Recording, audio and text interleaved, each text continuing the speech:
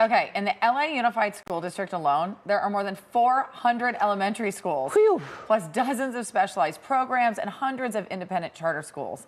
The default option is to attend the school closest to your home, of course, but there are many reasons families consider other schools. That's right. We're joined by LAist K-12 senior reporter Mariana Dale with more on the school choices. Thank you for being with us this morning. There are so many choices, as Jamie just said. I have a headache just looking at everything you wrote down. Parents do. Yes. So this is why you guys created this guide, this easy to follow guide, even though it's really long, but that's because this process is complicated if a parent decides to send their child to the school that's not their neighborhood school. Correct. Okay. So what is the very first step if a parent says, I'm not going to send my child to the closest school? So I think there is an impulse to be like, I'm going to do all the research I can. I'm going to start looking at all the ratings and test scores. Right. I would really encourage parents to kind of pause and actually take a look at your own family. What are your values? What is your child interested in? How important is transportation? You know, it's not required that LA schools provide bus transportation for students. So if you're going to have to be driving them, how long can you afford to spend in the car in the morning, for example? Do you need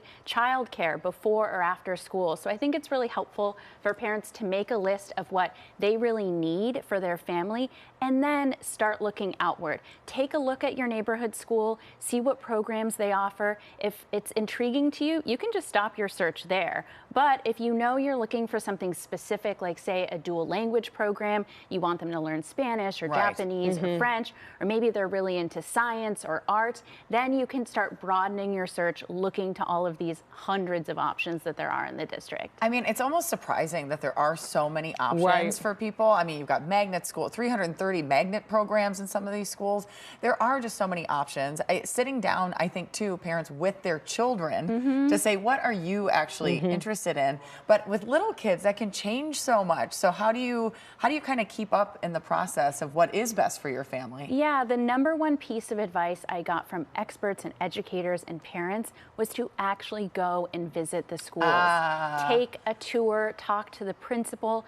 You know, use your eyes to observe what's happening in the classroom. I've had parents tell me they went to schools where the website was amazing, videos, school garden, all of these like look great on paper, bells and whistles. And then they went to the school and they were like, I don't know if this is for me. And then they went to a school where maybe the website not so good, little outdated. And then it turned out great. But they love the school. Kids are hugging the principal. You know, the teachers are really engaged. They have a lot of veteran, experienced teachers. Staff turnover is one thing that's really tied to school quality as well. So taking the time to go on those tours, really helpful to help you understand whether a school might be a good fit for your family. Okay, and that's just one step of the guide. The parent says, okay, this is the school I want my child to go to. But then it's not guaranteed that they get into that school. So explain that part of the process. Yeah, so the application period opens up in the fall. Right now we're in the late application period. So there are fewer options for families at this point. So now's a really good time to start taking those tours.